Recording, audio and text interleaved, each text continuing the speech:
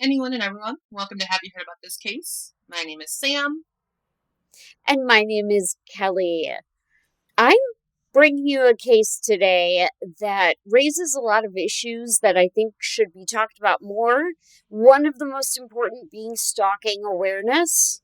I thought this case would be small and short, but it is much more important than that. Today we're going to be talking about the 2020 murder of Amie Harwick. Before I take you all down the rabbit hole I've been investigating, Sam, what is your question? Well, this is the first episode of December, and I'm wondering, what's your favorite winter activity? Oh man, that's hard because I am not made for winter. I was just thinking about how drafty this window is. But my favorite winter activity would have to be that most street festivals start serving mulled wine. Mm-hmm. Yeah, we have a few here that have really good wine. Yeah, just like, and even if it's that crappy stuff they use every year, like they just heated it up, I'm like, that's okay. Like, I'm 100% happier to be here. Right? You get your collector cup. Right, yeah, exactly. What about you? Well, I'm also not much of a winter fan. I get cold Mhm. far too easily. Mhm. But Yeah. growing up in Wisconsin, one of the biggest things that we would do when I was a kid was go snowmobiling. So I do definitely miss that, Ooh, being in the city, and I would love to get out and hop on a snowmobile again. that sounds so fun. Like, I've never ridden a snowmobile. I've ridden an ATV. No. They're similar. They're definitely similar. Yeah, I've ridden an ATV and a jet ski, which I feel like are kind of in the same family. Like you Yeah. have you have control still. That's why I feel good about it. I'm like, I still feel like I can like steer and There's just something that different kind of about riding a snowmobile across a lake in the winter. thing. Yeah, I don't know about that. Oh, it's good. We used to drive cars across the lake all the time. Like, snowmobile can handle it. Obviously depending on the thickness of the ice, but all of that is Right, tested yeah. before you can get out there. There's even a road in northern Wisconsin that they make across the lake. And do they just do it? It's just for winter. They're like, Yep. this There's road like a stop officially sign opens in the up. middle. Oh my god. Yeah. Like, this road opens when the lake freezes. We'll tell Yeah, you like when. the DNR comes in and tests the depths and how much weight the ice can handle. But yeah, there's definitely a road. I think there's probably quite a few of them, but I know of one in particular I'm thinking of where they actually have a full-on road to cut across through town. Oh my god. I mean, that must be convenient, you know, It is, because in it's a some big lake ways. and it's really awkwardly shaped. So it's like if you need to drive around the lake, it's adding another 20 plus minutes to your drive, especially in the winter when you're driving a little slower. I was going to say 20, 25. Yeah, extra minutes. Mm-hmm. All right, so I have been, like I said in the intro, and I just said to Sam off air, I thought that this case was going to be like a shorter one, but it just has some stuff in it that we all want to talk about.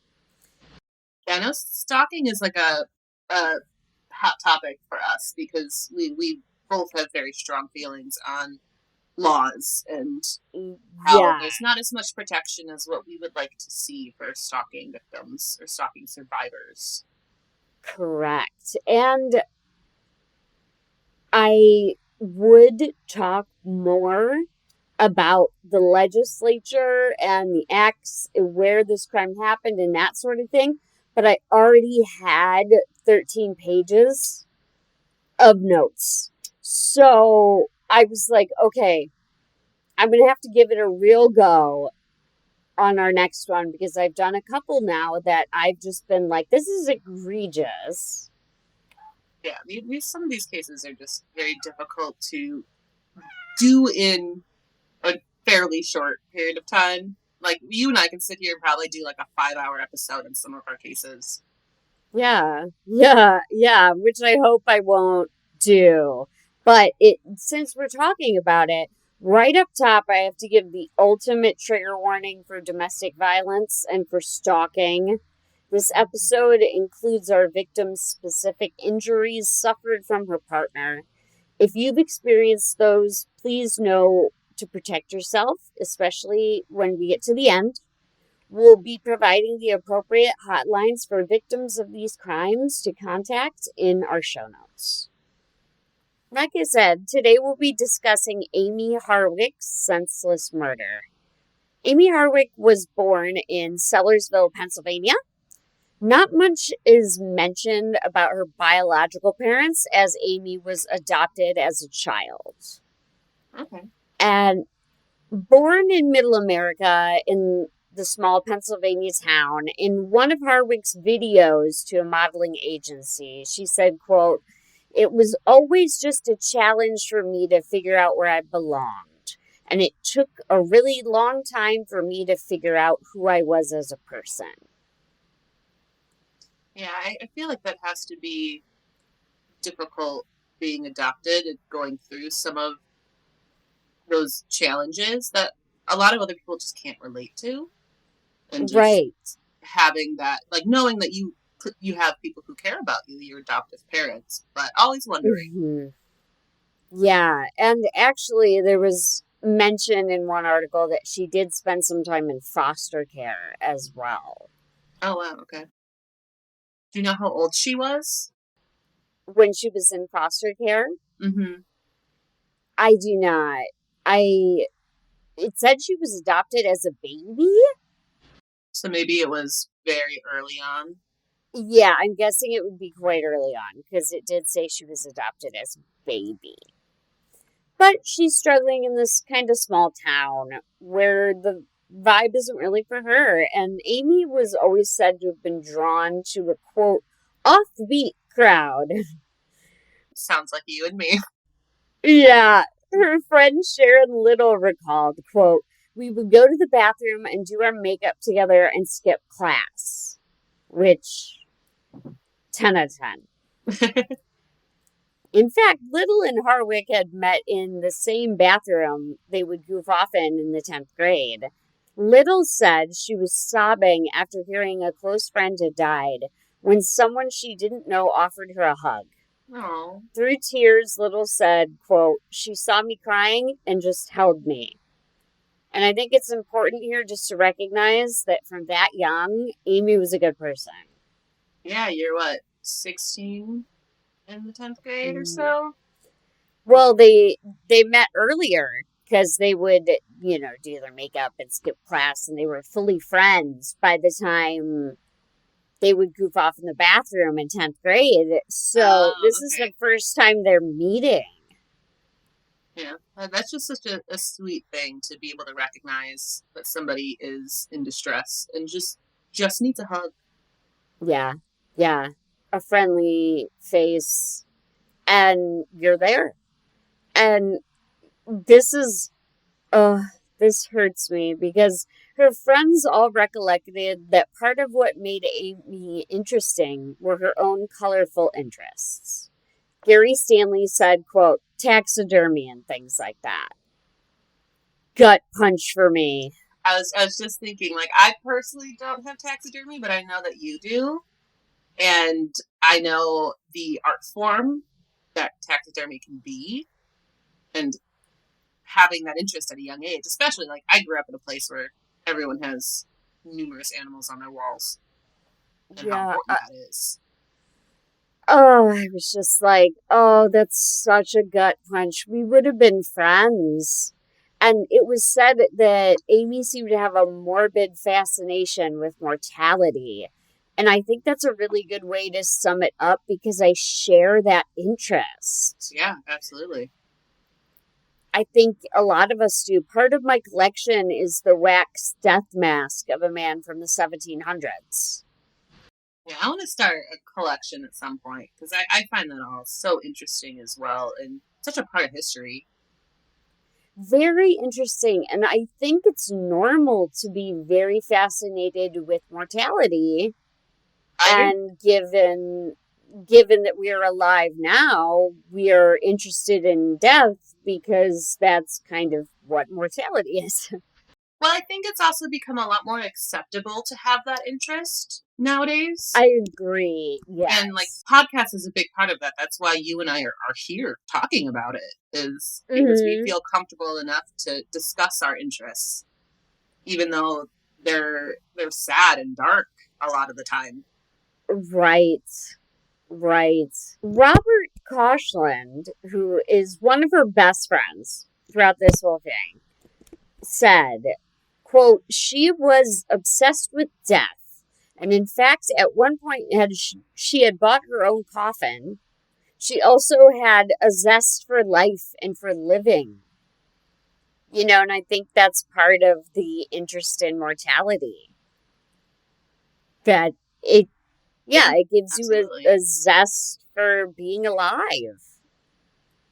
Well, that's a big reason I think we're even just talking about this because we up top immediately you said this is a stalking case. Well, a huge reason we're talking about it is because these very tragic Mm-hmm. things happened, and we talk about how to avoid Mm-hmm. situations like this in the future, how to give resources to help people and learn from them, and in turn, hopefully, the bigger picture is to change legislature and see improvements made so that this doesn't happen again. And I think that goes in hand with being Mm-hmm. interested in death, but having that zest for the living Yeah. because we don't want people to be in these situations. We don't want people to No. be hurt. Yeah, wait till you hear some of the details.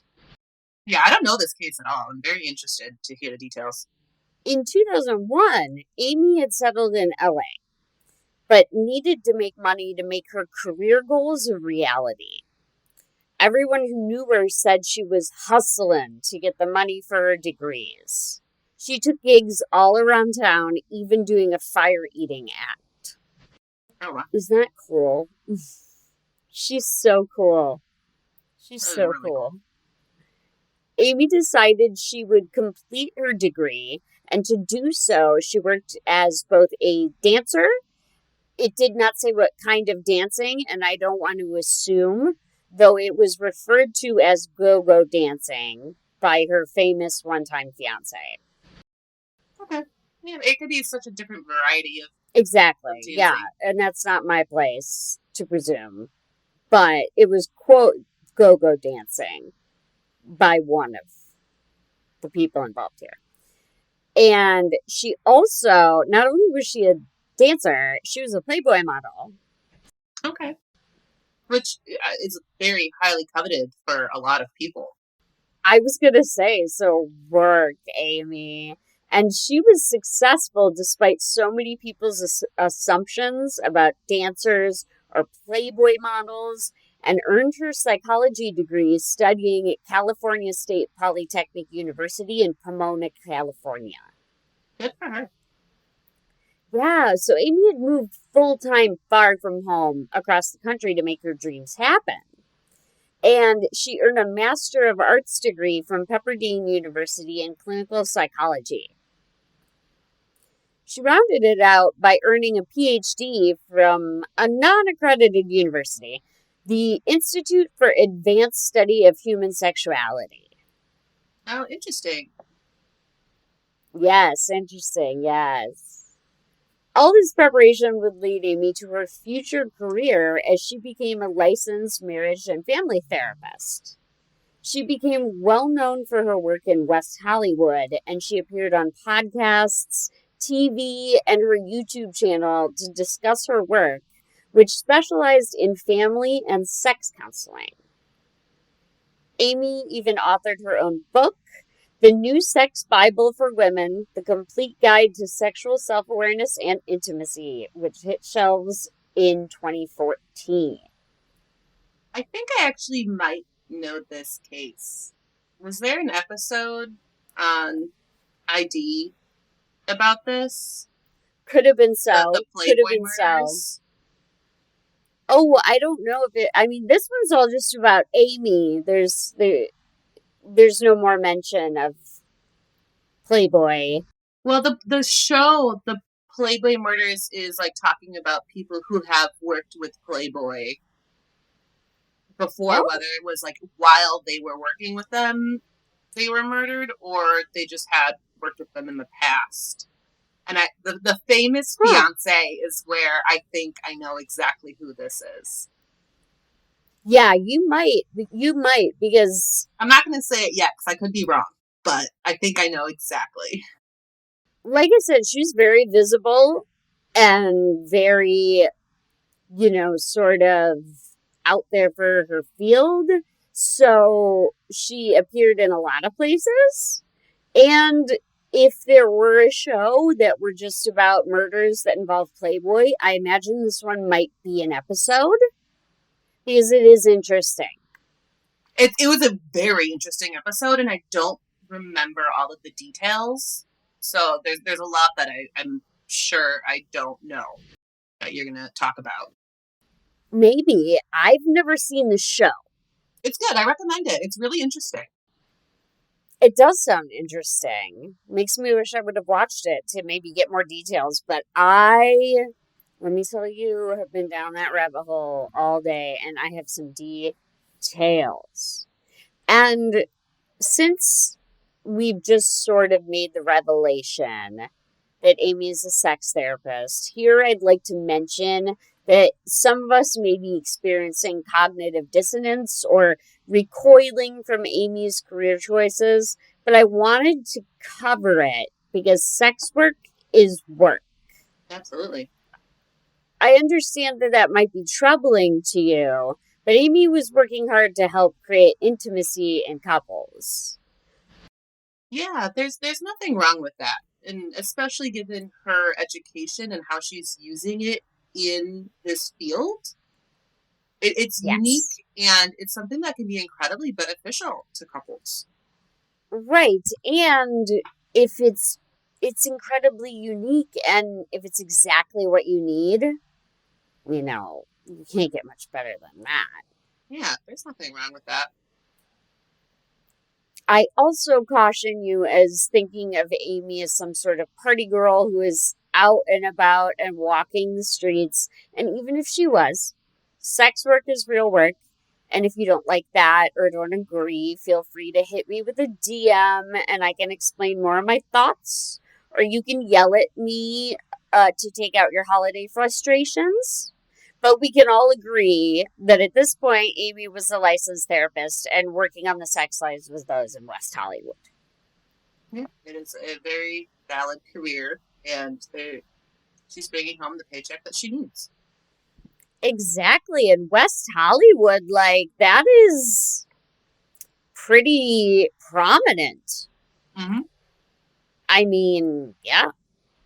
And Amie, she still had good things to do, though. I'm sure if you've listened at this point, you know that Amie is tragically our victim in today's case. At the time of her death, Amie had partnered with Pineapple Support, which is an organization of sex work positive mental health professionals that had been founded in late 2017 after an alarming trend of an adult industry suicides. Oh, wow, I didn't know that there was a group like that, and I think that's fantastic. Mm-hmm. Because here again, I have to point out that Amie was working for the betterment of those around here and those in the industry. And you might not like it or agree with it, but Amie believed in it. And I also believe in it. Me too. I think it's hard enough to find mental health care, and the challenges of finding it when you have a profession you think will make a therapist disapprove of you. It's easier to shut down and turn your problems inward. Yeah, I think that the stigma around seeking help for mental health is changing. And I think this is another level of it. it's hard to go to somebody with your intimacy, but Mm-hmm. there are people there to help. And that Right. seems like that's all she wants to do, is just help people. Exactly. And help those who may not have a voice in the system, may feel like the system has thrown them away or is judging them. She is wanting to help those people. And I think I'm glad that she was so unique of character to bring her to this kind of organization. Absolutely. And like I said, it can lead to turning your problems inward if you don't sometimes seek help. And again, I think we can all agree that that is never a good step, and that all members of our community should be able to seek out a therapist. And Amie was becoming that person. In a twist of fate, Amie and the comedian, host, and fellow Clevelander, Drew Carey, met at a party in the summer of 2017. This is definitely the case that is Mm-hmm. in that episode. Which it might be a good thing that you didn't watch it, because I think I try to avoid watching too much before I type up my case, to not have that narrative influence my research. But this is definitely the same case I'm thinking of. And upon meeting, Carrie took a photo of them together and posted it to Instagram with the caption, quote, "The face of a lottery winner, L." I think he's referring to himself being on the left, as when Harwick and Carrie met, sparks flew between them. And I will say, I've seen her because I've watched that episode. She's absolutely gorgeous.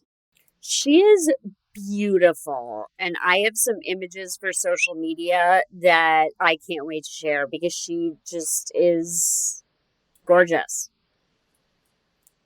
And it makes sense because within a year of being a couple, Drew Carey proposed to Amie Harwick and she accepted. The couple was not to be, though, and the next year, 2018, Harwick and Carey called off their engagement. Both sides of the couple said the split between them was amicable. Carey did not hold back after Harwick's untimely death, telling NBC Harwick was, quote, "a positive force in the world and an unapologetic champion of women." I love that description. Yes, I agree with Carrie, because it sounds like Amie just wanted to help all folks, and one of them was the most underrepresented groups of people who happen to be sex workers, and she still raised them up and offered them help just because that's what she did, and she wanted to help fellow, most often, women. However, it also wouldn't be the end of Harwick and Carrie's close relationship. Even though the couple had fallen out of touch, Carey said he was thrilled to receive a message from her on the night before Valentine's Day 2020. As I'll reveal, probably hours before this crime was committed. When Amie reached out with a text, it said, quote, "I would love to get together with you and talk." To which Carey replied, quote, "Yeah, I would love to do that. I love you." Aww. I know. She is so lovable. Everyone loves her. However, another reason for their breakup came to light. Carrie's star power was starting to rub off on Amie, who was said to have felt it as unwanted attention. She feared for her reputation as a psychologist, as something about her would inevitably make it to the press, and then the comment section would light up. Negative, anonymous comments appeared on websites that reviewed doctors. So that's not great. Right. Amie was sure there was one man who could do this, a jealous ex-boyfriend named Gareth Pursehouse. Amie and Pursehouse had gone their separate ways for many, many years at this point. But she had good reason to believe that he was still stalking her. Additionally, they'd only seen each other for a few months. Dated, rather. Like, they weren't together years. They didn't have children together. Yeah, and sometimes that's even more scary when you don't truly Mm-hmm. know somebody. It takes a long time to properly know somebody, and a few months Mm-hmm. it's just not enough time for that, and so you just don't know what they're going to do after Mm-hmm. the breakup or anything like that. Yeah. And on January 16th, 2020, it was the first time they had crossed paths in 8 years. Oh wow. Yeah. She tried to stay calm as it was a work event, but she told Robert Koshland that when Gareth saw her, quote, he went ballistic. Koshland said, quote, he was yelling in her face, saying, "You've ruined my life," and reciting text messages she sent him in 2012. And, like, creating a giant scene. There's 100 people in the room, and he's screaming. He's working the event. He's a big guy, and he's screaming at her, sobbing. She falls to the ground in the fetal position. I can't even imagine. Oh my God. Just somebody just reciting texts to you from 2012, I would be like, I don't know who that's from or what you're talking about right now because it's 2020. Yeah. And in view of security after the show, Amie spent 45 minutes talking to Pursehouse alone, which good on her because I would have introduced his nuts to his esophagus. Okay, I would not have given him any time personally. A big part of that's Mm-mm. probably because of what we do is we hear Mm. cases like this.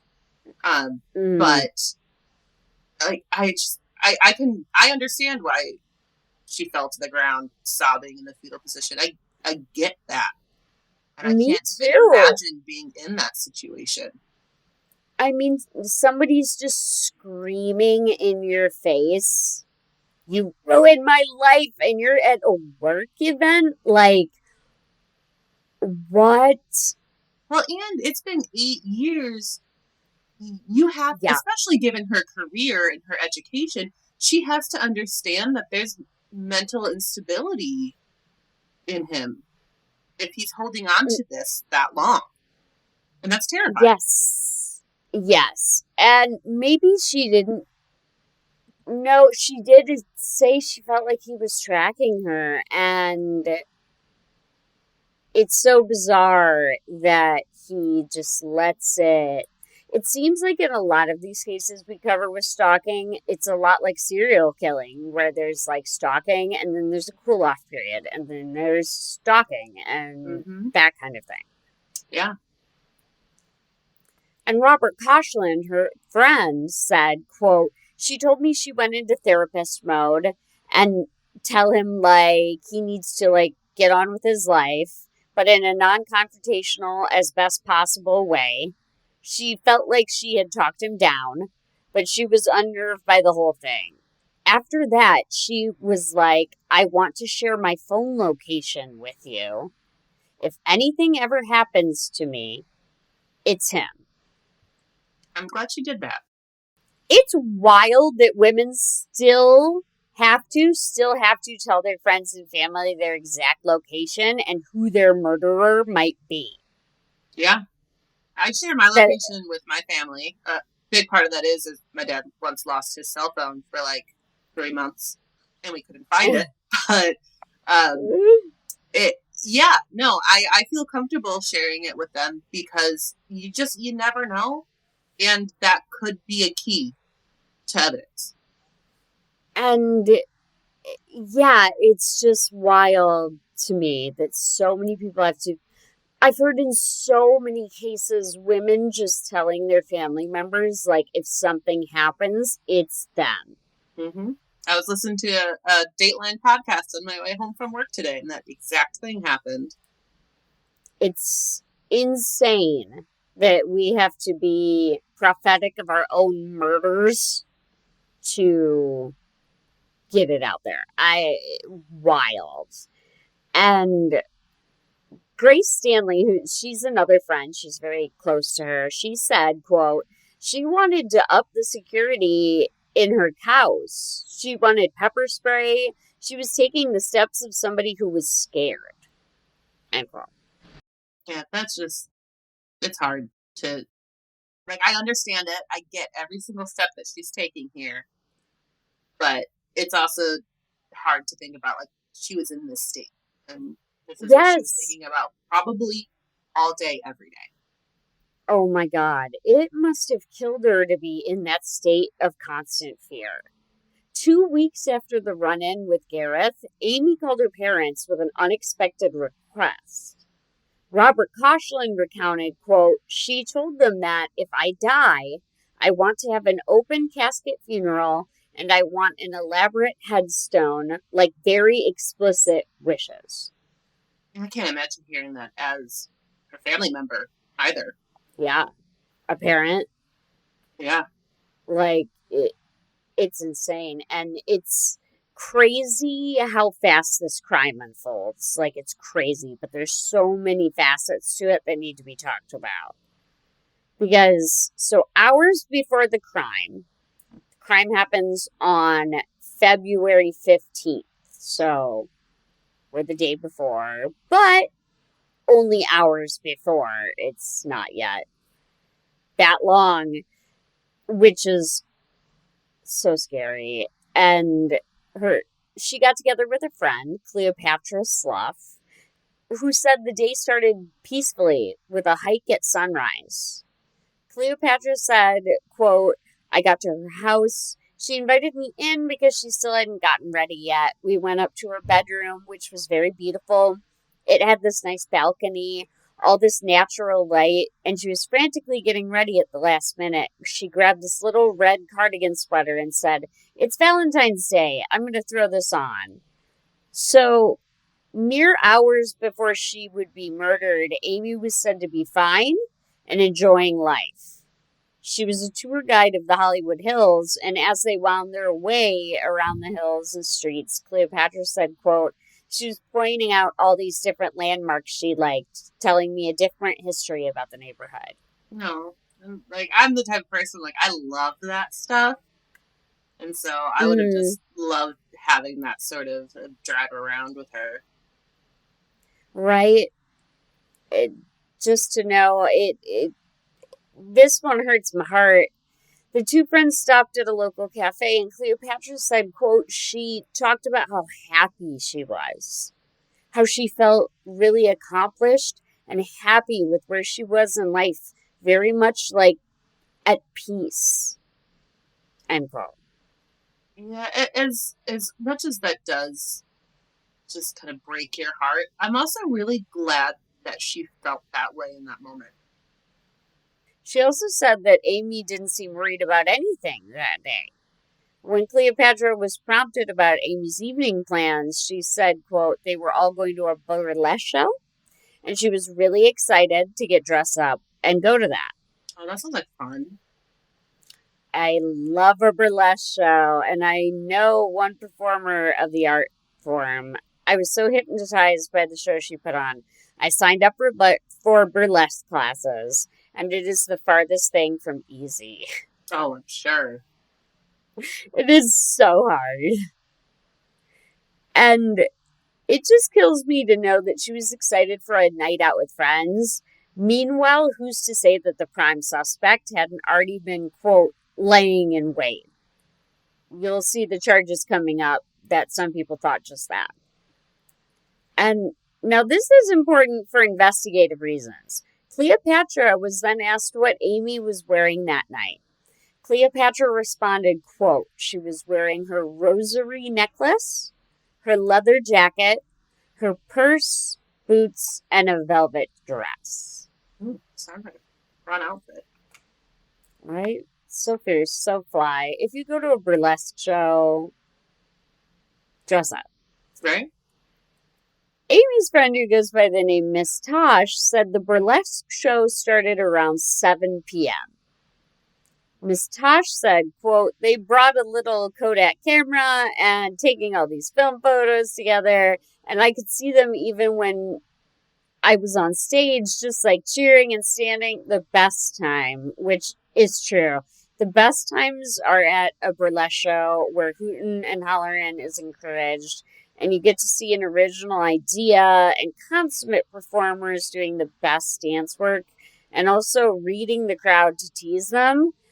Also, tip them. That's all. Oh, absolutely. Like, this sounds like so much fun. Yes, tip, tip, tip. I can't recommend it enough, and it breaks my heart that poor Amie was having such a good night. Around the same time, while the girls were having fun at the burlesque show, Amie's roommate Michael Herman was asleep in his bedroom on the first floor of the apartment building. He told authorities around this time he thought he heard what sounded like a smashing plate. He thought nothing of it, as he didn't know the girls were at the burlesque show and no one was home. So he assumed it to be Amie and went back to sleep. And everyone was having a rollicking good time back at the burlesque show at the Globe Theater. But Amie found some time to catch up with Miss Tosh in the lobby after the show around 9 p.m. She asked Amie to join them at the after party. Amie begged off the after party, saying that she had plans to have tea with her friends. Miss Tosh says, quote, "That was my last moment with her. It was just, I love you, I'll see you soon," end quote. Amie and her friends then left the Globe Theater and spent time at the Nomad, which is an area in New York City where there are several bars and restaurants and like general nightlife. And they were there until 12:18 a.m. What time did the roommate hear what he sounded like a plate breaking? During the time the girls were at the burlesque show. So the show started at 7 p.m. I would guess between 6:30 and 9 when she finishes talking to Mrs. Tosh. Okay, so it's in the time period where like she clearly would have been gone. She was not at home, but her roommate didn't know that they went to the burlesque show. So he thought she was home. Her roommate thought she was home that night. He didn't know she was going out to a burlesque show. Okay. So the smashing of the glass sound happened during the time that Amie was not at her apartment. Okay, I just wasn't sure if it was like super early, like she had just left, or closer to like 9 p.m., a little after when she would have been leaving. Yeah, and the thing is, she doesn't even go straight home. She goes to this Nomad area until 12:18. Yeah, so she's out for a while.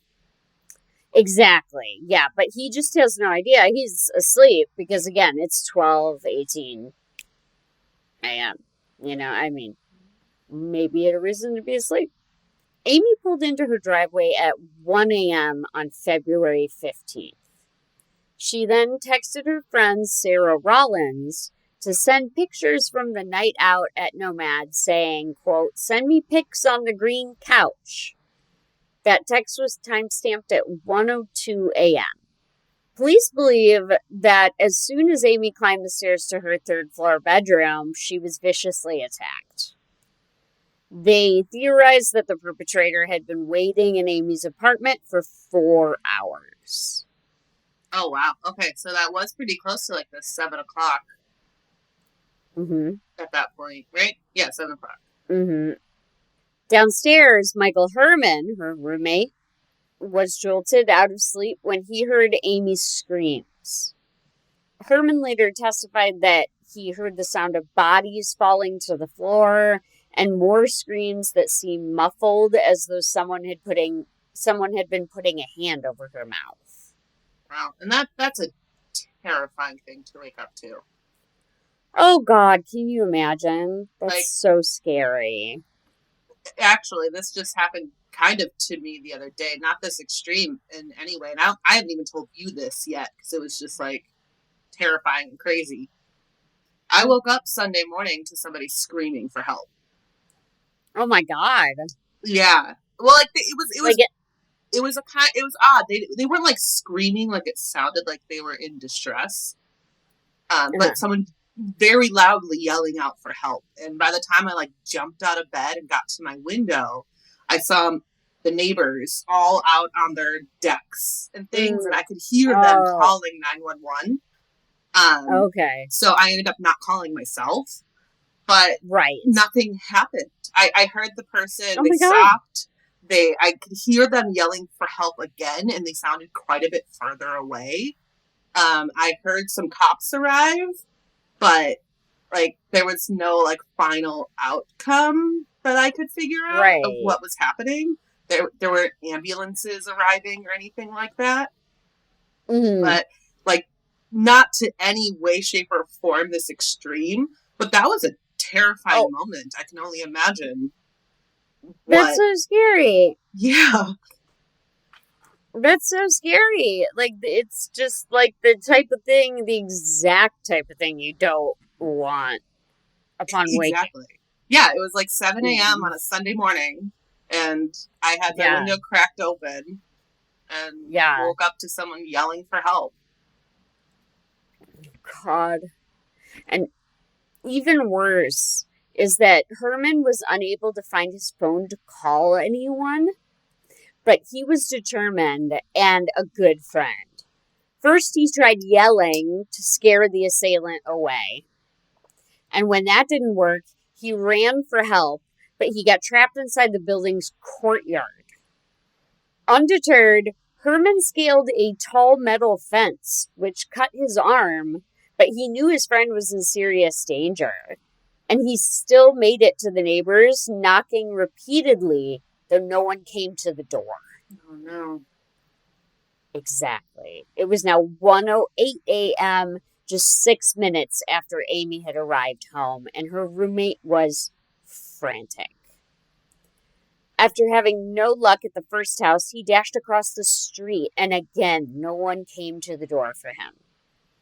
Like I kind of get it, but at the same time that like I'm not sure if I'd want to be answering the door, but Yeah. I would certainly be calling the police if someone was pounding on my door. If someone was pounding on the door and I imagine he was yelling, like, call the police, like, I'd have I no hesitation. would, I would call. No hesitation. yeah, because either way, there's somebody you don't know banging on your door. So, I've called the police probably on my just neighbors call. before when I heard yells for help. I've certainly Yeah. done it. Yeah. And so across the street, they won't answer for him either. Finally, he sees somebody walking up the street who happens to have a phone. Together, they called for help, and it was now 1:14 a.m. Like it doesn't sound like a lot of time, but a lot can happen in those few minutes. Correct. On February 15th, 2020, Amie Harwick was found under the balcony of her home in Los Angeles. She was transported to the hospital but died there. She was just 38 years old. It was an estimated 20 feet fall from her bedroom to the ground. After she was taken to Cedar Sinai Medical Center, she succumbed to her injuries at 3:26 a.m., February 15th, 2020. The 911 call that summoned police was made by her roommate, Michael Herman, and investigators immediately questioned him and found him to be traumatized. After they began interviewing neighbors, asking them to look at surveillance footage because they did not believe Amie had just fallen, and if she did, they wanted to see proof. For some, it just appeared that Harwick had fallen from her third-story apartment balcony outside her bedroom and then died as a result. However, as the LAPD began their investigation, they found Amie had been strangled and not fallen, but was pushed from the third floor after a fight. Also, as investigators arrived on the scene, they immediately noted that Amie had severe injuries and deep marks on her neck, which they took to mean she was strangled before she fell. What's not clear from those facts is if she was manually strangled or the criminal used a ligature. I can't decide which is worse. Truly. Yeah, I'd be interested what they mean by deep marks specifically. Yeah, exactly. Yeah. And with them also pairing that with the bruising, I'm like, okay, well, bruising and deep marks could come from manual, but if deep marks you mean deep marks like ligature, I don't know. I don't know which is worse. Yeah, I think either way are both Hmm. absolutely awful. Yeah.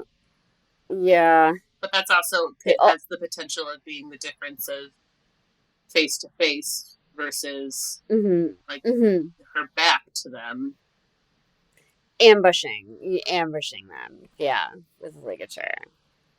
They also determined that Amie had been thrown from the balcony in the early morning hours of February 15th. They estimated that she had clung to life until authorities arrived, but her injuries were too much for her body to sustain. After interviewing Michael Herman and hearing about the plate smashing sound, investigators determined that it was not at all Amie, but something much more sinister. An intruder breaking the glass of the French door to her home. So Michael Herman, their roommates in Mm-hmm. it's a single family home, or it's an apartment building, you said, right? Yes. So it's like a multi-level apartment. Yeah, what I'm guessing is it's similar to like a Chicago 3 flat. Okay, so they might not have been actually like roommates, but right, lived in the same exactly. building and knew each other well and were The friends. coverage implied, or either that situation, or they were staying in one of those houses that has like a wing with like a separate door. Okay, because I do know some apartments have like multiple floors, even though it's considered an apartment. Yeah. I don't think it necessarily matters in this instance. I think either way, they were friends. They knew each other. They lived floors apart from each other. Just interesting. I like hearing apartment floor plans. Yeah. Close enough that he could hear all of this. So I think it could be closer to like when someone converts a single family home and they wall off the stairwell and make that the new entry to like the top floor, because Michael Herman's door was not smashed. And the police found that the sound he probably heard was breaking of the glass of the French door to Amie's home. Right. So it implies to me that they did not share a door to this residence. Okay, that's kind of what I was thinking, just being first floor versus third floor. But the wording roommate also kind of throws me off, which I'm assuming that was all through like the reporting and everything. Yeah. Oh yeah. He's listed everywhere as her roommate, but it's not listed precisely the layout. Okay. I don't think it necessarily matters, just curiosity. Yeah. When authorities entered Amie's apartment, it was immediately clear that there were signs of violent struggle. There was blood on a bedroom door, and it makes me shiver to say this, but there was a trail of rosary beads that she'd been wearing earlier that went from her TV room through her bedroom and onto the balcony. Oh wow! Isn't that? Oh god!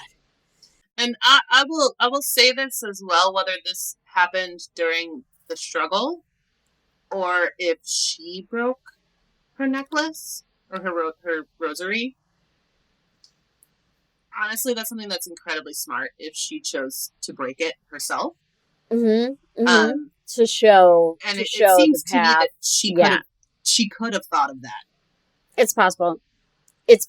I know you and I have talked about different things where you've said if something happens to you, you're going to do one very specific thing that I know about. And I won't say it on here because it's obviously meant for the people around you, so we have signs. But that's kind of what I'm thinking of with this. You're right. That could very potentially be so because violent struggle. Mm-hmm. Like maybe she has time to snap off part of her rosary in the TV room where it started, snap up part of her rosary in the bedroom where he also attacked her, snap off a piece of that rosary where he was strangling her in the balcony. Or even just before the whole situation turned into the violent struggle. If I'm pretty sure you're getting to the fact that it was her ex-boyfriend who did all of this because he was clearly her stalker at this point, and she was very Yeah. concerned. But Mhm. even just seeing him grabbing it and breaking it in that moment before the struggle fully ensues would be a very smart move Uh-huh. on her part. Yeah. And to me, everything Yeah. that you have said sounds like he could have definitely thought of that in that moment because of her Yeah. preparations and her fears associated with him. Yeah.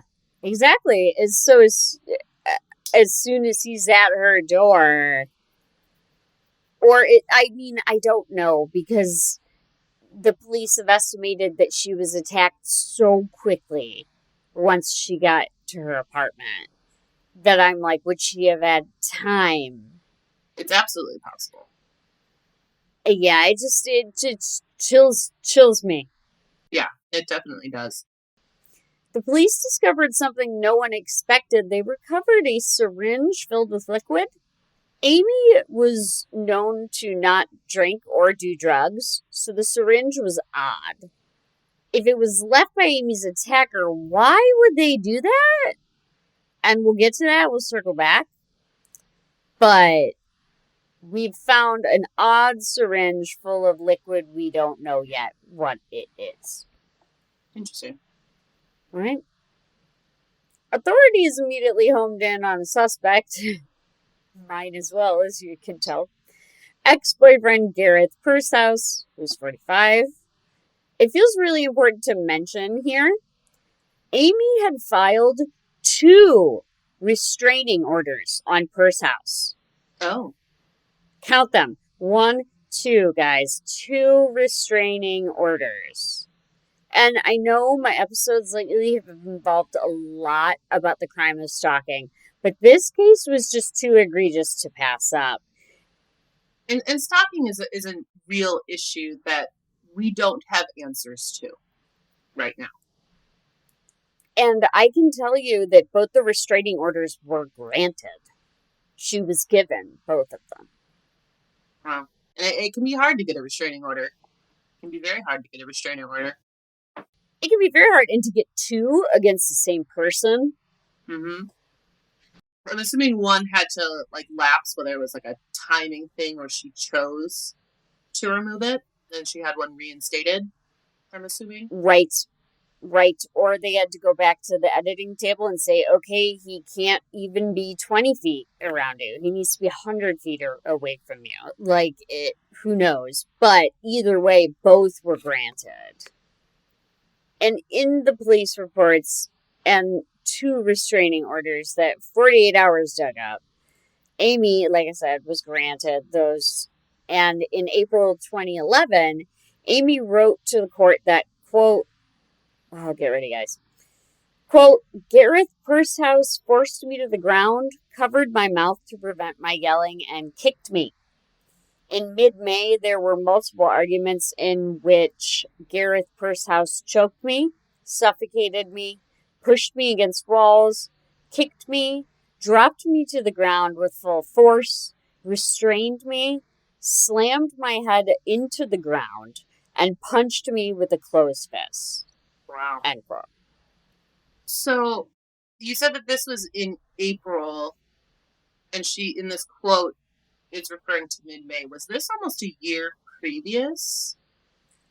Could perhaps. It absolutely could be. I'm just like, was this happening in 2010? 2 years after their breakup, and this was another 10 years after? With some inference from what we hear from the friends later on, I think it could have been, which makes me really sad Yeah, for Amy. that's so many years of Right. fear and probably, like, in all honesty, hatred towards him. If he's doing Yeah, these things to her, she has no good feelings towards him. right. Makes me very sad for her because this is like a list of each is worse than the last.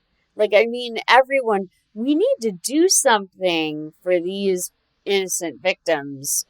Listen to all she had to go through, and the only thing she could do, she did. She got restraining orders, and he still murdered her. This is assault. Like, this should be charges filed more than a restraining Mm order. hmm. Mm hmm. But what it makes me think is there were separate. In her quote, she says there were multiple arguments.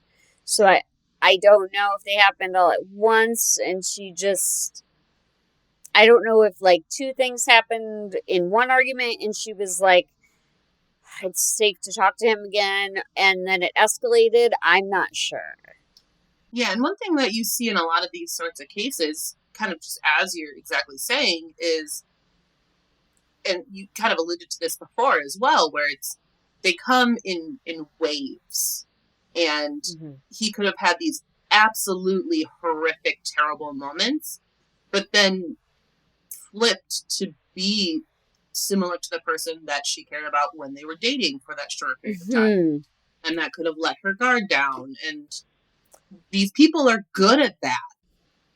Listen to this. Speaking of, Koshland reported, quote, they would get in yelling fights, and one time she threw a pillow at him, and he hit her and bashed her head against the floor. He added, quote, and then immediately he would make up and be all like, I'm really sorry and I love you and all this kind of stuff, which is called love bombing. And according to Psychology Today, love bombing is an attempt to influence another person with over the top displays of attention and affection. This kind of behavior is considered a form of emotional abuse. It's manipulation, and it's calculated. It is. Correct. Especially after being physically abusive towards someone. Mm-hmm. And, like, I'd like to point out the difference here of throwing a pillow and then his Mm-hmm. reaction. Like, I don't agree with throwing a pillow. I'm personally the type of person where it's just like, I want no physical potential harm. Like, a pillow is not really going to harm somebody, but Mm-hmm. it Exactly. is an act of aggression, even though it is very minor. That's just personally my view. I Yeah, also I just. I can't say that she did anything wrong by throwing a pillow. I think if you're in that situation, that's the safest way to do anything and show your emotion. So Yeah. I don't want to say there's anything wrong with that. There's absolutely something wrong with the way he reacted. Yes, absolutely. Grace Stanley, a close friend, said that Amie had introduced her to Pursehouse back in 2008 at a photo shoot. At this time, Amie was still using a modeling name going by Amie Nicole. Stanley said that Pursehouse seemed quite taken with her and always seemed to be photographing her. Grace Stanley said, quote, I honestly think she was looking for the nice guy, the safe guy, the guy who wasn't going to break her heart or cheat on her. When there's somebody who is that into you, you don't think that they're going to hurt you, end quote. Yeah, that's part of the manipulation. Mm-hmm. And isn't that so? It's just, I feel so sad for Amie because she's just looking for a partner. And though this is still her as a model, she hasn't like done her degrees yet. At some point, she must have been doing sexual therapy for people and thinking, why can't I find a guy who won't do this to me? and then he turns around and does it to you in the most horrific fashion. Yeah, and even just like at this point, she's young in 2008. Like she's what, Mm-hmm. in her 20s at this point. And to Probably, me, yeah, it yeah. also seems like if she only was in a relationship with him for a few months, she probably realized that this is not what she wants in a partner, Mm-hmm. and Yes. made the decision to leave, which is the Right. correct decision. Like that's what you need to do. Mm-hmm. But like, and also like going back to all of the love bombing and how you kind of broke that down. I know you're going to put resources at the end of this. Mm-hmm. And I want to say to anyone who feels like they have any sort of connection to how they're treated, to Mm-hmm. how he treated her, make those phone calls. It's free hotlines. Yeah, And minimally, absolutely. what will happen is you make this phone call, you break down what's happening to you and how you feel about it, and they either give you advice on how to walk away, or they give you additional resources to help you walk away. Mm-hmm. Yeah.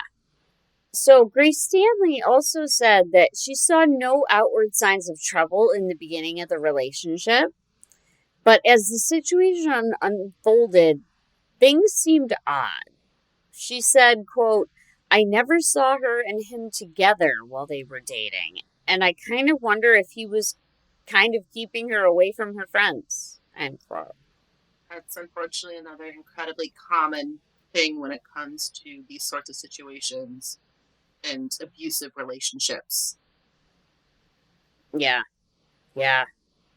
However, the domestic abuse became so horrific that her own friends started documenting her injuries.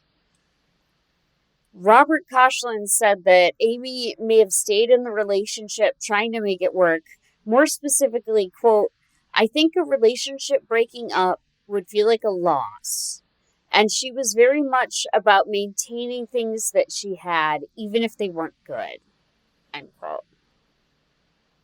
That, unfortunately, I think that's such a common mindset as well. And I Mm-hmm. know you and I have said this, and tons of other podcasts, tons of other documentaries and things have said this, that breaking up is typically the most dangerous time in a relationship like this. Mm-hmm. And to me, this statement is kind of reflecting that, because Yeah. I'm sure she's had great moments with him. That's why they were in a Mm-hmm. relationship to begin with. And you want to hold on to that part of it. Mm-hmm. And I'm sure she probably knew in the back of her head that walking away is going to be hard, not just Yeah. because she's going to lose those good moments, but because of what he could do as well. Right, this particular person. And I understand that it would feel like a loss, like when you're like, I've already lost a ton of things in my life. Who knows what else she had lost. Well, and even just going back to the fact that she was adopted, like Yeah, that could easily be a yeah, loss of her biological yeah. parents. Like, Right, yeah. right. So she's lost a lot. And maybe she just wasn't ready to let go, you know? Grace Stanley recalls pushing her to leave Pursehouse and that Harwick had agreed with her. Amie finally called it quits in 2012. Oh, I was thinking that the timeline was a little different. So all these things in 2011 and getting that restraining order, they weren't dating yet. That happened before dating. Yeah, according to CBS's timeline, it was in April 2011. But it wouldn't make sense unless they were together for a year. It's like longer than a month. Or they could have had an unofficial relationship, and that's entirely possible. I think so. I think it was sort of maybe one of those on and off things. judging how Pursehouse reacts. So that doesn't surprise me if it was an on and off relationship, because that also kind of fits this general pattern that we've been kind of alluding back to over and over. Mm-hmm. Unfortunately, it does. But she said 2012, fully done. And the reason I think that you're right, it may be a off and on thing, is that a close friend of Pursehouse, Rudy Torres, said he did not handle the breakup well at all. He said, quote, he would start to get obsessive. He always wanted to know where she was at. He used to want me to be his go-between, which I didn't want to do. He'd always ask me to send her photos, send her links to sappy love songs, and he wouldn't take no for an answer. Torres said that one day Pursehouse exploded on him, saying, quote, you have to pick. It's either me or her. Torres chose Amie, and after that, Pursehouse cut him off. I'd be very interested to know what his other past relationships were like. Mm-hmm. Yeah, like, was this his first serious relationship, and that's why he couldn't let it go? I don't know. Was he married and divorced? I'm not sure. I know that he was, like, I believe I said 45? Yeah, you definitely said he was in his 40s. He was a handful of years older than her. But also, like, yes. I have to say, Rudy Torres, I agree with you. I think that at that point, giving him an ultimatum, like, you don't want to be involved in his pursuit of her. And I don't know what else you would do. You can't really just go to the authorities and say, hey, my buddy here is going a little too nuts and really falling for this girl, and he doesn't want to let her go. Like, you can't just do that. And you would have to. You can't also just say, like, hey, you really need to see a therapist. You really stop. Get over this. Like, that has to be Purshouse's choice at that point. It didn't say if Torres was friends with both Pursehouse and Amie, but it kind of, every article I read made it sound like he was friends with both of them, and that's why Pursehouse thought he could use him in this manner to, like, get in touch with her. That's kind of the sense I got from that quote. Yeah, I agree. Exactly, yeah. And then finally one day it was her or me. And he was like, yo, this dude is wild and I'm out of here. Yeah, I would want to walk away. I would hope that he may have said something to her of being like, this is too much. And maybe he did. It seems like she was aware of some of these issues, so there's a very good possibility he did. But I agree. I would want to cut off that friendship as well. Yeah, because especially if her friends are noticing and documenting her domestic violence injuries, you're probably noticing them as well. Yeah, and you're also seeing the other side of it, of his reactions. Yeah. Yeah. But determined to move on, Amie put Pursehouse in her rear view until 4 years after the breakup, when someone broke into her home. Koshland said, quote, she called me. She's like, I think he broke into my house and stole my photo albums and my computer. It had been wiped. She believed it was him. She couldn't prove it. She didn't have cameras. Someone stealing your photo albums, that would be my first thought as well. Someone who knows you. It's very specific, right? That's very specific. Your photo albums, and then your computer has been wiped, like another place that you may have those photos. Yeah, I like you taking something so specific and something that's so personal to you. It's not jewelry. It's not something that's worth monetary value. I was going to say, it feels so personal. To find your home broken into and those being the only pieces missing, like, I probably would have come to the same conclusion as her. Grace Stanley added, quote, she felt as though maybe he was watching somehow. She felt like he could maybe have bugged her things. He's breaking into her house, entirely possible. Yep, and we talked about in our past episode how easy it is to get these tracking devices onto things. Yeah. You know? She also remained positive that Pursehouse was behind the insulting and derogatory online comments she'd been getting for years. Gareth also sent messages to her friends to try to sabotage her friendships. Yeah, I'm not sure if you'll get to this. If so, please cut this out. But one thing I remember from the episode that I watched is her initial career goal, I don't think was intimacy and sex therapy, but she ended up turning to that because of all of these online comments that took her career off track.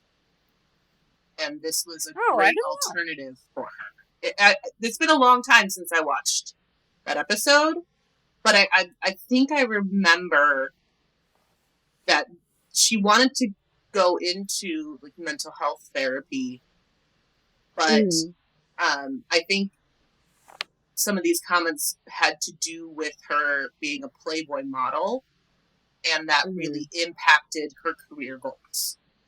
And she had to change gears, and it turned into something great for her.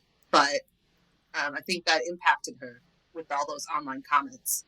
Could have been so. I didn't see that in my research. I saw that as happening like post. I thought that she was maybe interested in the area of intimacy. She could have absolutely had that interest, and I could be wrong. It's like I said, I think this is like the first or second episode of that show, which came out a few years ago. Yeah, I didn't really connect her sex therapy to her Playboy or the online comments, mostly because, yeah, I guess it would be quite damaging if they were on websites for doctors, you know? I could be wrong. I vaguely remember that from the show. That's like one of the main things that kind of stuck in my head. That she found a great career despite all of the comments that impacted her initial goals. As word spread February 15th, 2020, all of Amie's friends were heartbroken. Friend Robert Koshland said, quote, "It's like the sun was ripped from the sky." Cleopatra Slough and another friend, Grace Stanley, gave tearful statements. Slough saying, "I didn't believe it," through tears. Stanley was so bereft, all she said was, "She's not there anymore." Koshland detailed a call from the police who said, "Hey, can you come down to the Hollywood station?" I can't even imagine, like, knowing she went through that as a close friend. Yeah, it's so heartbreaking. It's so heartbreaking. And as Koshland arrived at the station, he promptly told police and investigators everything he knew about Gareth Pursehouse. Amie had dated him in the past. He was a software engineer. Quote, "wannabe comedian," end quote. I did not write that. I did not write that, I swear. It sounds like I wrote it, but I was like, no, that is a quote. So it definitely isn't quotations in your script. Mm-hmm. He was also a photographer, but who cares what this guy did? Koshland recalled, quote, "They asked who I thought might have done this, and did she have any enemies?" He said in reply right away, quote, "This ex of hers, Gareth, if anyone, it would be this guy." Koshland also shared the crucial information that Amie had told him that Pursehouse had assaulted her on more than one occasion. One thing as well with this is I'm so glad that Amie was open with her friends about all of these issues, because that's also something that's very difficult to openly talk about, even with people who you're incredibly close with. Yes. So I'm really glad she felt comfortable doing that with her friends, and so that they could very quickly inform the authorities that you need to take a look at this guy. It's this guy, yeah. I've been talking to her. I know what she said. I know she told me personally he did it. It's him if something happens to me. She And said she that got to this guy. the paper trail of the restraining orders. Like, those are all Mm-hmm. exactly what she needed to do. She did everything she was supposed to do. And that's part of the issue here, why we're talking about it, It is because she is. did it all right. Yeah, she did. Exactly. And he still murdered her in her own home minutes after she arrived. Yeah, and your home's supposed to be where you're comfortable and safe. I mean, as her friends grieved and reflected and talked to authorities, one name continued to come up when police asked if someone would like to hurt her. Grace Stanley and Robert Koshland said, quote, "My friend is terrified of one person." To which Koshland said, quote, "It's Gareth." When asked if they thought Amie thought he was dangerous, Stanley replied, quote, "She did. She knew what he was capable of." Yeah. And they have evidence of it.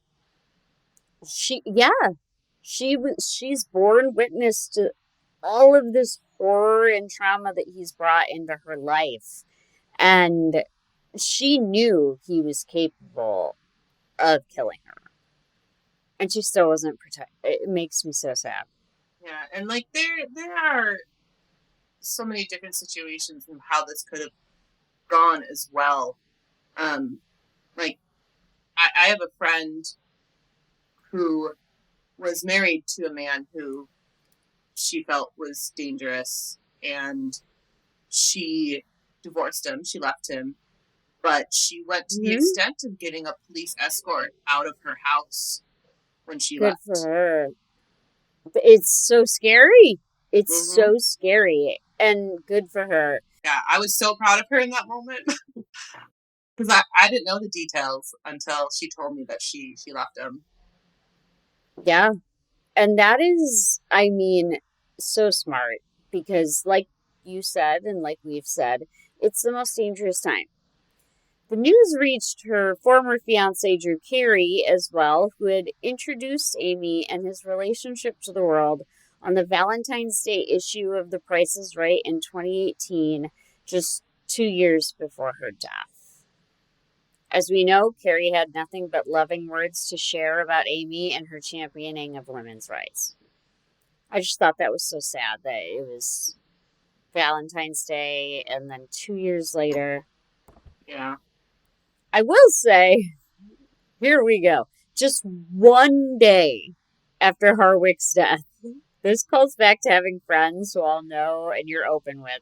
Because just one day after Harwick's death, the police arrested Pursehouse, and he was charged with Amie's murder with the special circumstance of, quote, laying in wait. He was also charged with breaking and entering and home burglary. Had as many charges on there as you can. Exactly. So, I know this is sort of silly to say, but it's just Amie did not let this man into her home. Like, if she had seen him, she was talking about getting pepper spray. She would not have let this guy into her home. No, absolutely not. Those extra charges are warranted. And she had no intentions of letting him anywhere near her, as both the legal system and the cops knew once there were multiple restraining orders filed. Do you know if the restraining orders were active at this time? I don't know. I have to imagine they were. I would assume one is maybe she reinstated a restraining order after that incident at the conference. Mm-hmm. We talked a lot about this already, but it makes me so sad that she was repeatedly telling the right people, the justice system, the judge, the police, that she felt this man should not even be allowed near her for fear of what he might do. And again, here we run into this system of stalking laws that is currently broken in our country. And we need to do more to protect those filing a restraining order to ensure their protection. Yeah, I don't know what the answer is. That's the frustrating part, is you can file the restraining orders, you can do all of these exact things that she did, but what is it that's going to actually prevent him from getting near her? Right. Is it, do they need an ankle monitor? Like, I don't know. Like, that seems kind of extreme, but I get that at the same time. I don't know. I don't have an answer. I was going to say, depending on severity of offense, ankle monitor. Yeah, like if there's like different like categories Mm-hmm. of it. Like if you steal $100, it's yeah. But if you steal $1,000, that's a federal crime. So Right. I feel like there should be gradation there, of course, because I don't think that like everybody should have to walk around with an ankle monitor on because they're like, yeah, somebody said that I did some shit and I was blackout drunk, but I do think there should be. I think it's funny you mentioned ankle monitor because that was my only thought too. I don't know how to fix it either. But that's also like, does that potentially go against his rights? Like, it's such a complicated idea. That's what I mean when I say like I don't want everybody to be walking around wearing ankle monitors, like Right. because at what point do you encroach upon that? But again, that's why I feel like there should be like a gradation, like what class felony did you commit against this person? Right. Like the same idea of like murder one, murder two, manslaughter. Mm-hmm. Like, Mm-hmm. I think it should just follow lines like that. Like, what's gross is that Pursehouse was actually released and free to roam the streets after posting $2 million in bail. wow. So Pursehouse or his family clearly had some money, making Yeah. the home burglary he was accused of against Amie that much more senseless. On April 16th, 2020, he was again arrested after pleading not guilty to Harwick's murder. Pursehouse's trial commenced on August 29th, 2023. So for 3 years, he walked as a free man. That's frustrating. I- But that's also how the bail system works. That's he Mm-hmm. had a high bail and he was able to pay it. Mm-hmm. Yeah. A year and a half after that arrest, September 2021, Pursehouse appeared in LA Superior Court for a preliminary hearing on these charges that he has pled not guilty to. So this is his preliminary. Mm-hmm. Now I have my head on straight. Needed my head on straight for a minute there. Rudy Torres, who, once again, was once Pursehouse's good friend, said, quote, "You want to know what those last moments were like for her, and you just need to be there because someone has got to be in that room for her." Cameras were not allowed inside the hearing itself, where a judge would determine if there was enough evidence to try Pursehouse for the murder of Amie Harwick. Sounds to me like he had a friendship with her as well. Yeah, exactly. Because he's in multiple courts said like someone should be there in that room for her. So I do think, yeah, that they probably had a friendship as well. And that says a lot, that especially if he was friends with Pursehouse before, that after the breakup, he made the decision to stay friends with Amie and not him. It says a lot to me. Yeah. Yeah. Deputy District Attorney Rhonda Saunders said that there was no such thing as a slam dunk case, which I agree with. However, Saunders was not involved in this case. She only reviewed the 48 hours court records. But even with those, and as prosecutors discussed Amy's autopsy, which documents apparent defensive wounds on her arms and hands, there was also a pattern of blood vessels around Amy's eyes called petechiae, which can be evidence of strangulation.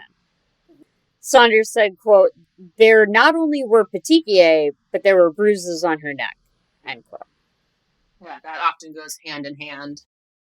Yeah, so all she had to do was look at the court records and the autopsy findings, and she was like, yeah, she wasn't even involved in this case. Like, she was like, yeah, it's not looking good. Mm-hmm. Because yes, they do go hand in hand. When you are strangled, one of the first things they look for is burst blood vessels in your eyes. Yeah. So the case boiled down to, was Gareth Pursehouse the intruder on the night of February 14th, 2020? Prosecutors presented evidence of DNA recovered from the French door and the living room floor, which they said was a match to Pursehouse. Investigators said that the chance that the DNA belonged to anyone other than Pursehouse was less than 1 in 1 septillion. Oh, wow. Yeah, it's him. That's the highest I've ever heard. Like, in all the cases we've researched, in all the true crime I've read, that is the highest one. Like, no, there's in one, if you had 1 septillion dudes stacked on top of each other, it would still be this guy. Right. Like, wow. And perhaps more disturbing, they had Purcehouse's DNA underneath Amie's fingernails. So she certainly put up a fight. She did. Torres says he's disturbed by the idea of Amie's last moments alive, the roughly 6 minutes after she sent her last text and before her roommate knocked on the neighbor's door for help. So Torres was an innocent friend in this situation, and he is clearly haunted. I understand why. Mm-hmm. At the hearing, the defense questioned whether the DNA was collected and tested correctly, and they questioned whether Pursehouse was there at all. But a neighbor's home security video from the night of Valentine's Day, played in court, shows an intruder that Torres believes is Pursehouse. Again, remember, a close friend of Pursehouse's said, quote, he puts his hand over the camera so it doesn't see him, but you know somebody for that long, it's like seeing him from a distance. It looked like him. Mm-hmm. Yeah, and you need somebody who's that close to him to confidently say that.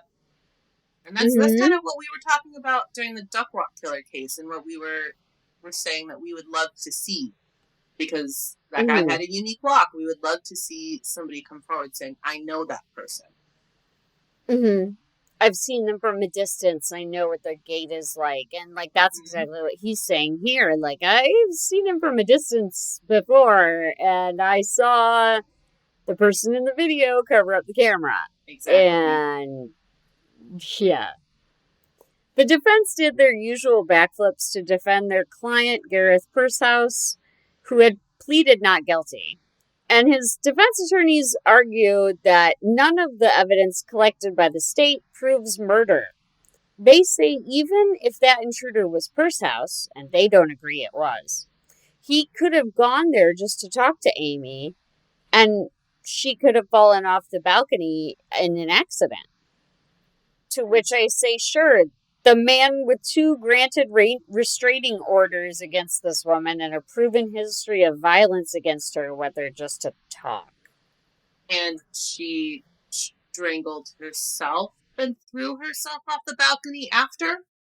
Right. Yeah. Apparently that was immaterial to them.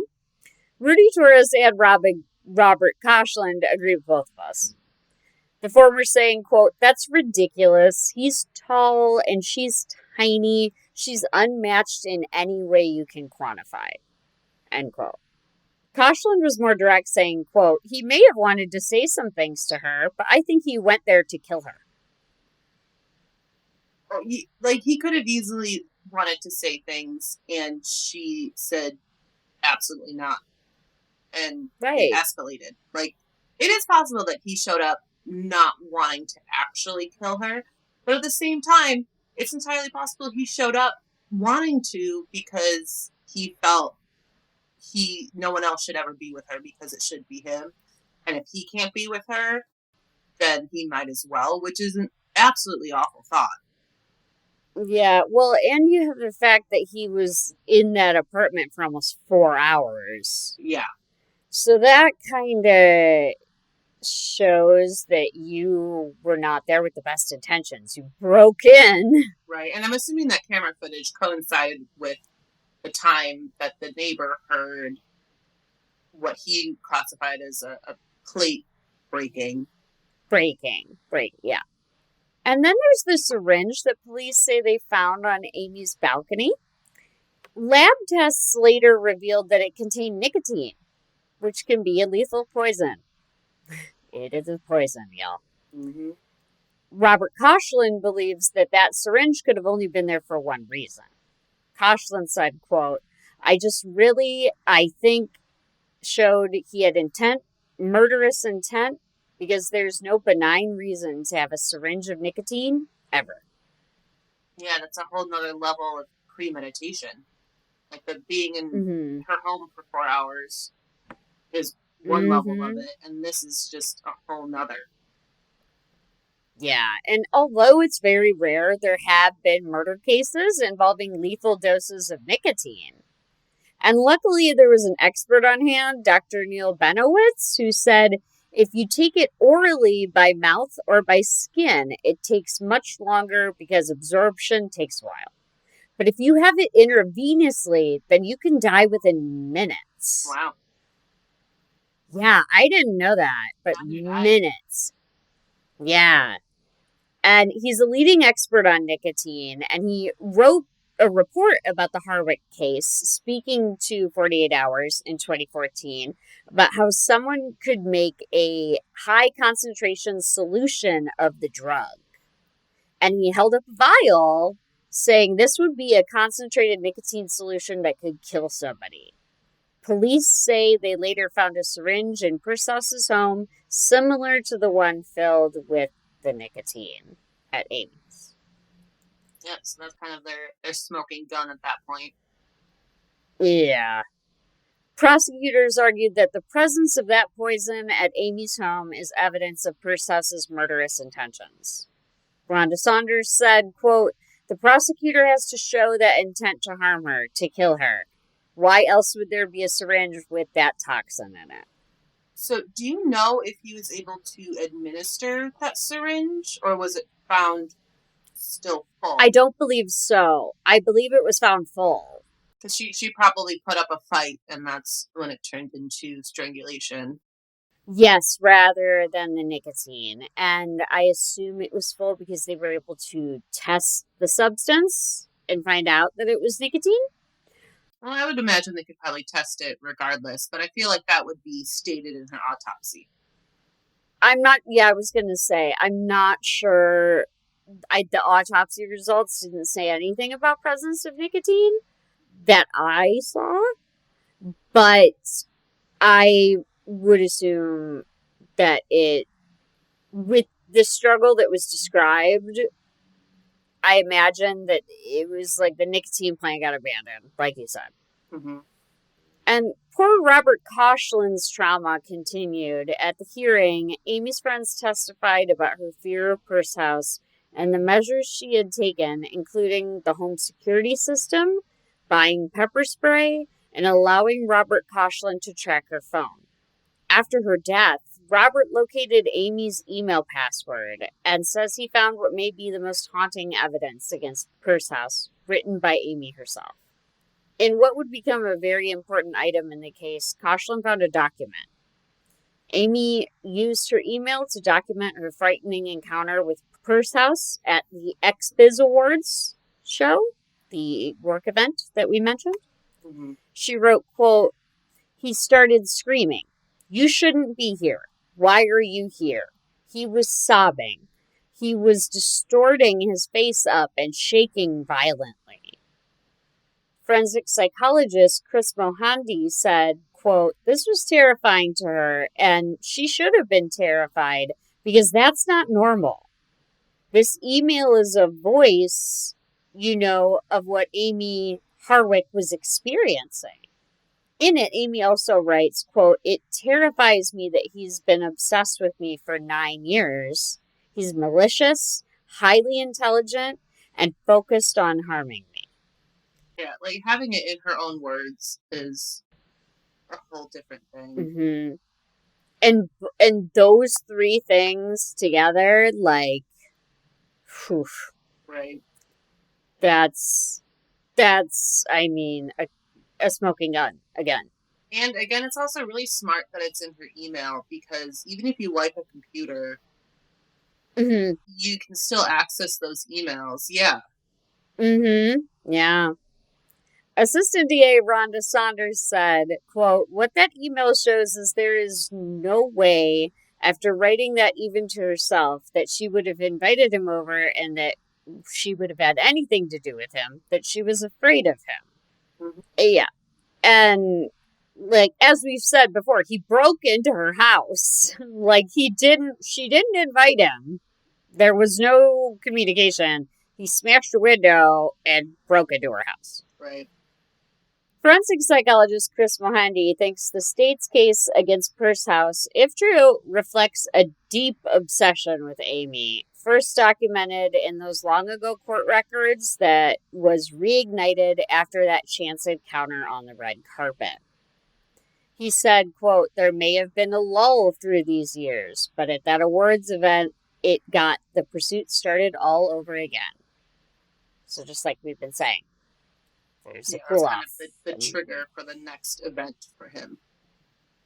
Mm-hmm.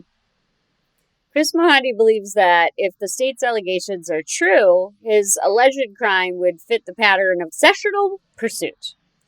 He also says it's likely that Amie was responding to Gareth with sympathy and not safety for herself as her first concern. However, the safest course of action for stalking victims, Mohandy says, is never to engage their stalker if they can help it. Well-meant human kindness can be twisted by stalkers' delusions and fuel their rage. Yeah, I think that's well said. And I'm a little bit familiar with Chris Mohandy. I really like the way he analyzes things, and I think he kind of, I don't want to say like difficult ideas, but this is a very detailed analysis that he's putting into fairly simple terms. Yeah, and I think that is really good, because I'm sure that there are tons of victims who are like, I just don't even know what to do. What's rule number 1? And they Google it, and there is Chris, like, don't engage. Like, that's good. That's good. I think we need more of that. Like, more of that, more resources, more experts on it, more things like that. And then maybe we can get closer to where we need to be, to where stuff like this doesn't happen. Yeah, and I will say, if you're kind of interested in this whole idea and how he breaks things down, there is a good show on ID called Breaking Homicide, and I think he's only in season 1. But it's a very interesting show. It's a private investigator and him going and trying to help families of these unsolved cases. That's the whole show. It's really interesting. That's really cool. I recommend it. I really enjoyed the show, and it's Chris Mohandy and Derek Levasseur, who we've talked about him before. He's part of the Crime Weekly podcast, so they're a great pair. I recommend the show. I really enjoyed it, but that's how I know of Chris Mohandy and how he breaks things down. Amie's parents shared a statement, quote, "As we approach the 2-year anniversary of Amie's death, we remain thankful for the unwavering support of our extended family and friends. Many of Amie's close friends communicate with us regularly, attend court hearings, and update us on those proceedings. We are very grateful. Our hope is that 2022 will bring justice for Amie and focus on her life, her work, and her accomplishments." They would be let down by 2022, but 2023 was right on Purshouse's heels. I don't have much about his 2023 hearing. I have in their closing statements Deputy District Attorney Victor Avila brought forward, quote, "He didn't go there to talk. He's on a mission. He's angry. He feels rejected," end quote. Agree. Yeah. On September 28th, 2023, Gareth Pursehouse was convicted of first-degree murder for throwing the 38-year-old off her balcony. He was summarily sentenced to life without the possibility of parole, though he was first a death penalty candidate. Oh, okay. So I don't disagree with any of that. Right, he probably pled out. Yeah, probably. Get them to take that death penalty off the table. Or, who knows, maybe the judge was just feeling merciful and LWOP'd him. I don't know. Yeah, you never really quite know in these situations unless it's like so clearly stated. Yeah, you're not really sure. Yeah, it's not really... It's judge to judge. But that rabbit hole dive is the story of Amie Harwick. I know I might have been a bit long-winded on this one, but I hope y'all can see that there were some interesting things here and learn a little bit more about the human Amie was. I hope Gareth spends the rest of his life in jail with the other inmates laughing at his name. Sam, any final thoughts? I think I spoke most of my thoughts throughout this episode because it's just, it makes me angry that all of this happened. I know. It didn't have to. Well, what's so frustrating about it all is she did everything right. Like, there's not necessarily a right answer, but she really did everything that she could to let people know and to protect herself, and this still happened. Just, it makes me sad.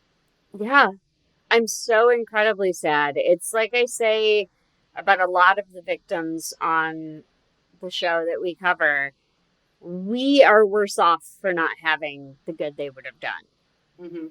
Yeah, and what I hope comes out of cases like this is education in how to handle situations like this. Yeah. Also, how to change things in the future so that when things like this do happen, there's more protection than what we currently have. Do you have resources? Oh, I'm going to put them in our show notes. Oh, wonderful. Yeah. So please check them out on there so you can hopefully just click right in or see it when you need to dial numbers or anything. Yeah, click right into the show notes for the resources, and then we will also do a separate post on our Instagram that has them on there. So y'all can either check it out on the show notes, or you can go to our Instagram account, which Sam will give you here in just a minute, and see the resources. Yeah, and I want to reiterate kind of what I said earlier, in that even if it's just a phone call that you have with one of these resources, and that's all that it is, please feel comfortable to make that call. Yeah. Because no harm will come from just a phone call.